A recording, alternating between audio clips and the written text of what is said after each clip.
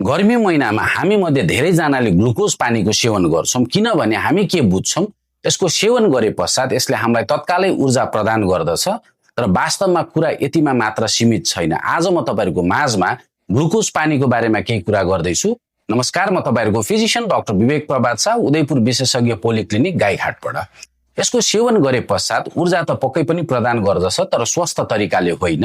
यसले हाम्रो रगतमा चिनीको मात्रा एकदमै बढाइदिन्छ। साथै यसको नियमित सेवन गरे पश्चात यसले मोटापा निम्त्याउन सक्छ, हाम्रो दाँत बिगार गर्दिन सक्छ र अरु खानेकुरालाई पनि पचाउनलाई गाह्रो बनाइदिन सक्छ। किन भन्दा यसमा चिनीको मात्रा धेरै हुन्छ।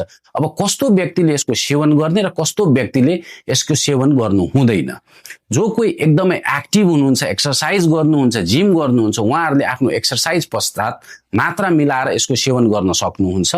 तर बालबालिका भयो, मुटु रोगी भयो, मधुमेह लागेको व्यक्तिहरू भयो, घरमै बसिराख्दा यसको सेवन नगर्नुस् होला। यसको विकल्पमा बरु नरिवल पानीको सेवन गर्नुस्, जीवनजल सेवन गर्नुस् र सकिन्छ भने सादा पानी नै सेवन गर्दा राम्रो। हस्त आजलाई यति नै। धन्यवाद।